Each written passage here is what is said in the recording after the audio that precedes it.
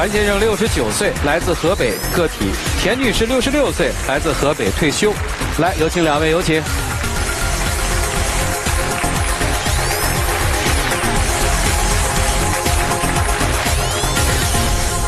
欢迎两位哈，69岁了。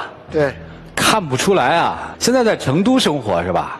在成都生活。资料上说是河北的，怎么到成都生活了呀？是单位在没退休之前，单位派到那儿搞销售的。哦，这去了多少年了？去了2000年去的。哦，对，10几年了哈。啊，10几年。就算扎根在成都了是吗？啊，现在家都在成都。啊，扎根在成都了。今天是您想来是吧？我想来。啊，干嘛呢？帮我劝劝他。劝什么呢？你看他69了啊，他还是天天往外跑。啊，就等一天不着家。几点钟往外跑？几点钟回来呀？有时候早起6点多就走了。一天才回来。有时候走了以后，赶上这个饭点儿就回来了。啊，我就着急。那您干嘛去了呀？我到成都以后，后来这个厂里边这个项目下马了啊，然后自己下海就自己干了，出去搞业务啊。后来又办了个工厂搞生产啊，就是这些事情。哦，您还办了个工厂啊？对。那人上班啊，说了半天是上班吧？那您咋会不是上班吗？上班也不能不着家啊，家里边啥事儿都是我一个人干啊。我觉得这个一个家庭嘛，不管大事小事，2个人是吧，互相的，啊，我这个就是说在家里边也挺忙的，一切那个家务，反正我都是包完了的。您在家里是甩手掌柜啊？啊，说实在的，从一个工人到一个销售员，然后又下海又逐步的又办了个工厂，非常忙。我也理解他，大小事呢，他也没人商量什么的，是不是？有时候有抱怨，有时候给他解释，因为你工厂的事还等着你呢，业务上事还等着你呢，只好就是有时候就抱怨2句吧，我就顶2句，就不管他，我就走了。哦，我问问啊，这个孩子应该都大了吧？跟你们生活在一起吗？没有。在一个城市吗？在一个城市。在一个城市，应该有第3代了吧？孙子什么都有了。就是有第3代了，还是生了一个双胞胎。哎呦，好啊，幸福啊！幸福啊！我累死了。哦，您看啊，他天天不着家，还都是我的事儿吗？哦，等于您现在还要带孙子是吗？还要带孙子吗？2那累坏了。所以您希望他回家管管家里的事儿是吧？对，我叫他帮忙吧，是不是？那孩子怎么看待爹是这样的？我这个儿子先前是跟着他了，现在呢？现在没有。为啥呀？他那个工厂啊，儿子也不想干。哦，就不想接他的班。不想接他的班。他是那个意思，就是说，到时候这个办好了这个，给孩子叫他接了班了，是吧？也是给他一个怎么说呢？好的那个以后就在经济上面啊，各方面都能优越一点嘛。但是孩子不喜欢这个事儿。他不愿意接他的班儿。我说，你不能天天养着儿子，他又不想干，你在这儿你还得养着他，是不是吧？我是不同意。那现在儿子自己有工作了吗？自己能挣钱了吗？是啊，现在是自己有工作，但是他有孙儿了，还是我们得帮着看孩子。他们上班了吗？我们看孩子，就是说他也在外面跑。我一个人肯定这家务太忙太累了嘛。现在家里需要那么多的钱吗？到这岁数还需要您那么拼搏吗？孩子虽然工作了，他生了一个双胞胎，我总觉得嘛，这个双胞胎尤其是2个孙女吧，我觉得现在这个社会要是养2个孩子很不易的一旦因为我已经有这个基础了吧，还想在这个基础上稍若能再挣一点，将来给他们贴补一点是这样的。那您就让他去呗，又有想法，到这岁数干点让自己喜欢的事也挺好。但是确实您辛苦，我辛苦这不要，这现在多大岁数了？69了，70上走了，他还天天这个样，是吧？我看人家别的那个老两口，就像这个岁数，都是去旅游啊，是吧？上哪里转转呀？我要跟他来到成都，我就哪儿也没去过。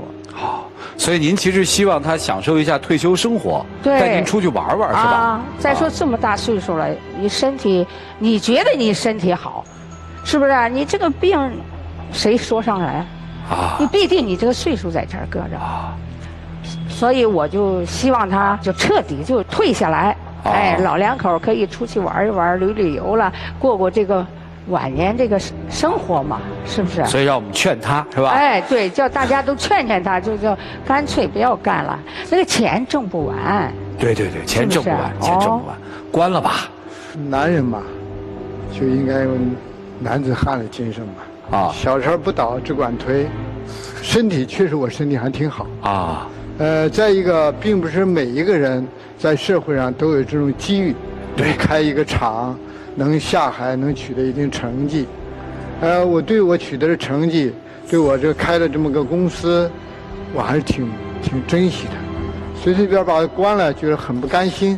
再一个，跟朋友现在就是一块干的嘛，也要把这个弄好嘛。自己来成都以后吧，感觉到成都这个地方又是个宜居城市，有很好的创业环境。后来就把孩子都弄过来了。自己呢身体这么好嘛，也不能成天去游山逛水啦、打麻将啦、喝茶啦。我觉得我不是那种性格啊，所以还想往前走。好，现在工厂好做吗？什么时候工厂都不好做啊，都不好做。事在人为啊，有大的困难吗？现在工厂？小困难肯定都会有。工厂因为有了这个平台以后，因为前几年的努力啊，无论从哪一方面来说嘛，还不是说往前走的话，并不是有太难或者太大的困难啊。不过就需要比如资金投入啦，需要你去努力了。现在还需要资金投入吗？要想扩大还需要。那您还要扩大吗？看看机遇吧，有机遇了还是有点想。所以您了解他这想法吗？他可没想退，他不仅不想退，还想扩大呢。他扩大了哪有钱呀？钱从哪里来呀？我就想家里有房子嘛，可以贷款嘛，想抵押贷款啊，结果他是不同意的，因为这个闹得很凶，他把房本都给藏起来了。哦，等于他想扩大再生产，要压家里的房子，您藏了房本了，对吧？嗯。所以您说，可能一方面是考虑他的身体，希望他退下来，对吗？第二方面，可能你也别瞎折腾了，万一把家里的房子压了，什么都没有了，到了老年还没个指望和依靠了，然后再加上自己闲下来了，也希望跟他享受一下老年之乐，对，到处走走玩玩。所以您现在迫切的希望先生能够彻底的退下来，是这意思吧？对的。啊，让我们劝他这个是吧？就身边其实这种老年人挺励志的，特别励志。就是69岁，我还想干，我还想为这个社会做贡献，或者说我还想为我自己实现一些价值，我觉得特别不容易。但是家里这头说的确实也对，又担心身体，又担心其他的，你们看看该怎么办吧。我们一起进入丘比特问卷。来，郭红兄，你在成都有这样的一个工厂，有这样一份企业，儿子不愿意去干你的这个工作，你可能更多的也是要对孩子有点尊重。儿孙自有儿孙福，就像婚姻一样的，我们不用太妄自费神。孩子有了2个孩子，有了第3代，值得高兴。但是孩子确实压力很大，但这种压力也应该让孩子自己去承受，自己去面对。我们不能有了儿子咋就成了儿子，有了孙子咋就成了孙子。老年人也有自己的幸福，也有自己的生活，这一点我非常支持你老伴的观点。另外，你有这样的一个事业产业，但是你要把家里的房子拿去做抵押贷款，老伴的担忧也是有道理的。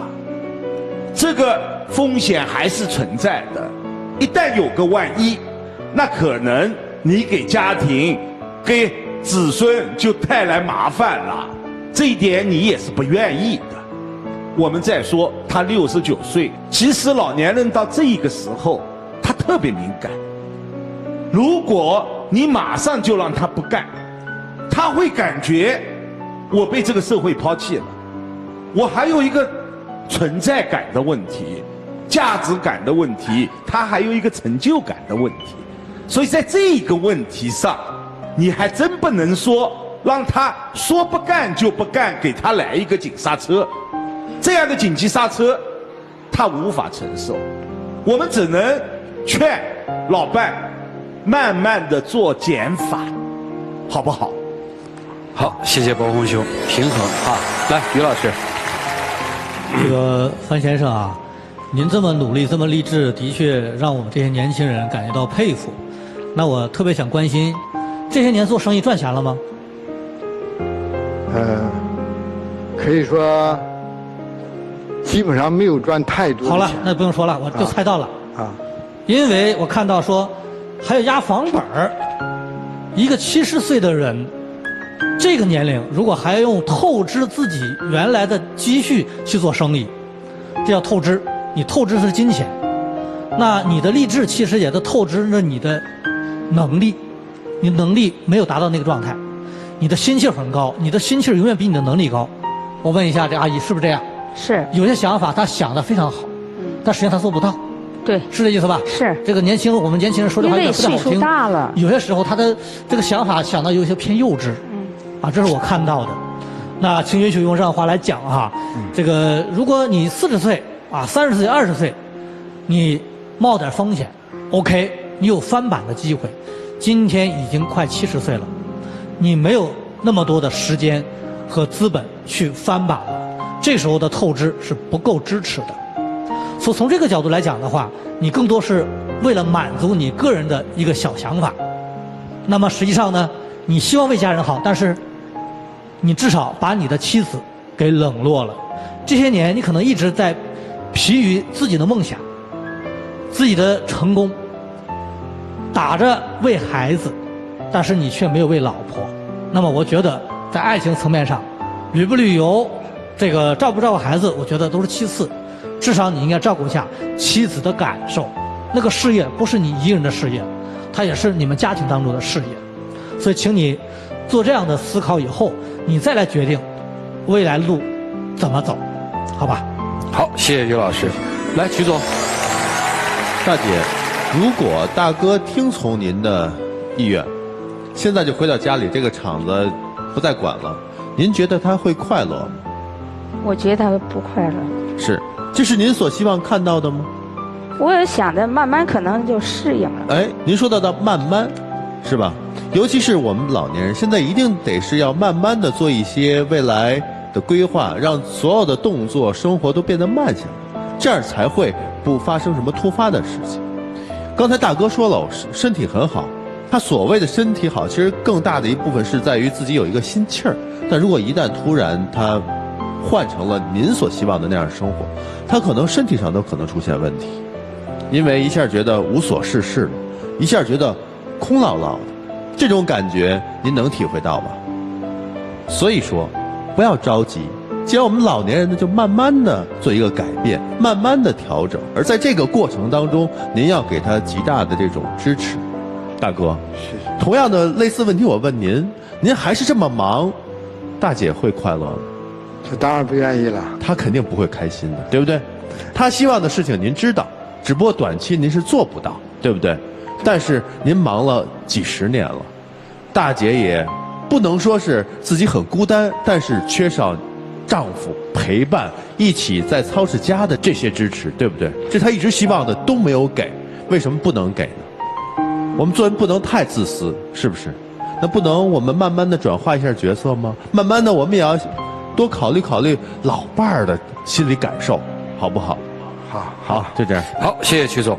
来，涂老师。大姐，客观的评价一下您的丈夫做生意的能力到底怎么样？我觉得他不行。不行。他这些年来下海折腾，没赚到什么钱是吗？对。他说想让儿子继承自己的事业，其实他也没有什么事业可以继承，是吧？哎呀，也就是一个小。如果他的生意做得大，收入也很高，跟李嘉诚一样，你还让他做吗？那肯定让他做啊！那儿子会争着继承，对吧？所以说，其实今天不是来劝退的一个过程，是要帮助大哥清醒的自我认知。以前是工人，后来下海经商，一直以来想有着一颗事业梦，但其实自己并不是做生意的材料，忙来忙去白忙活。虽然这种行为很励志，但是从某个角度上来说，其实这种所谓的励志带着一定的盲目性。你不知道自己做生意做得怎么样，你很清楚，但你就是想做，甚至不惜要把家里的房子拿去贷款。从某个角度上来说，这个行为不光是盲目，而且还自私。所以我觉得这件事情本身要大哥自己回顾一下自己这么多年的行为，去判断什么样才是成功。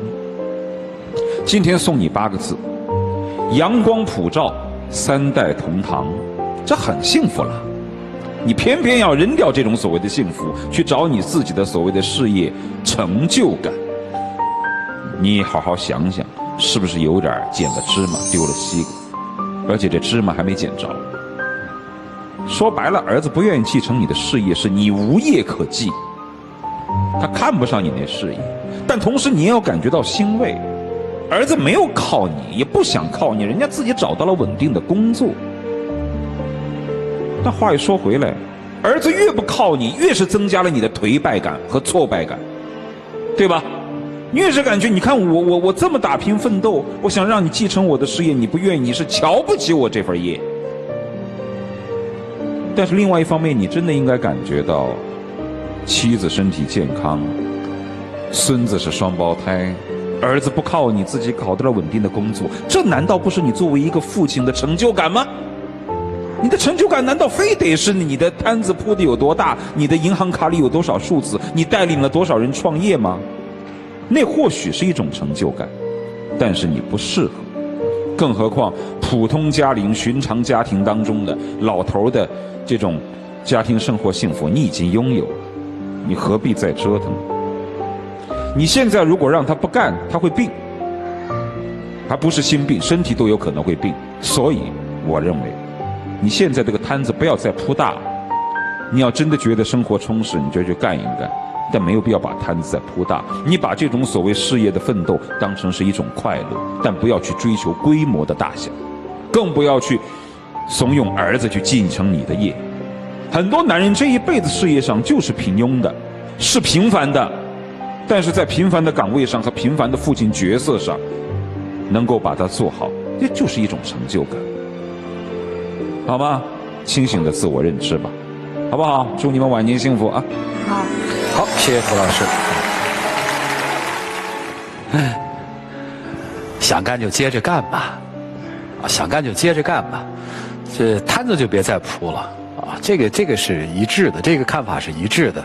看起来其实是有点保守，但是这个保守主要是有一个担心，不是怕他赔了，而是说你何必让老伴儿操那个心呢？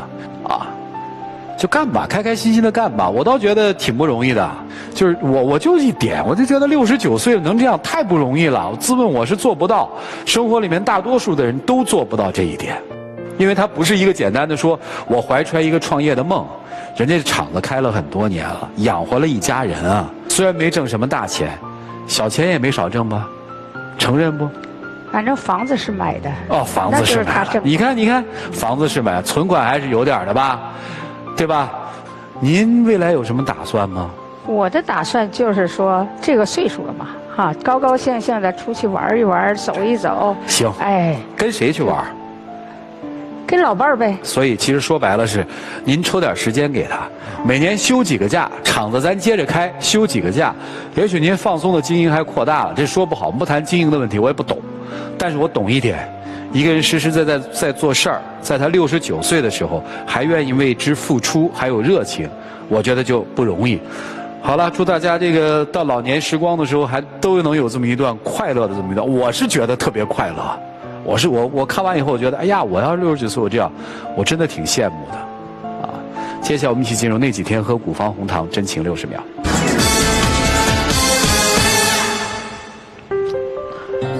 老伴儿，我也知道你心疼我，我通过这次活动吧，更加感到，这个老伴儿对我的情谊，我非常感激。听人劝，吃饱饭，我就慢慢的往下退，而且争取快一点，到时候，咱们就像你说的，享受老年的生活，去外边转一转呀。把生活弄得安逸一点，在成都嘛，享受成都的美食、成都的美景，还有咱们的晚年的人生。你觉得怎么样？啊，可以，我等着。所以说呀，下一步了，我就逐步的退下来吧。退下来以后，慢慢实现咱们这个你所说的这种状况，好吧？来，请亮灯。大姐特狠，我等着。来吧，看一下你们爱的记忆箱里放的是什么吧。我不看了，我就不看你送的啥了。不是你们干嘛都？我看看他给我送的啥。哦，您看，您不看了是吧？不看了。这里面是房本，让您丫去做买卖的。大部分是一堆埋怨在里边的。回去吧，啊，请回。叫他当面看看我，你看不看？不是，人家进去看。来，您回去吧。来，请关门。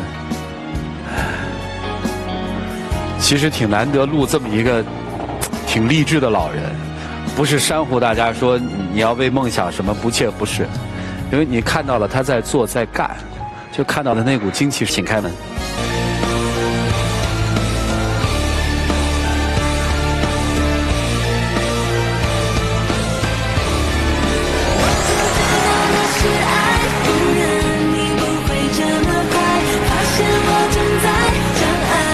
站这儿，请站这儿。那里头放的什么呀？放的呀，是我们两个人一生值得留念的一个东西，一个老物件。争取把它带到下一生。这个是个我们那个年代的结婚证，而且这个结婚证保存得非常的完好。您赶紧收起来吧，这是您家的文物啊，收起来。有请我们的小花童，有请。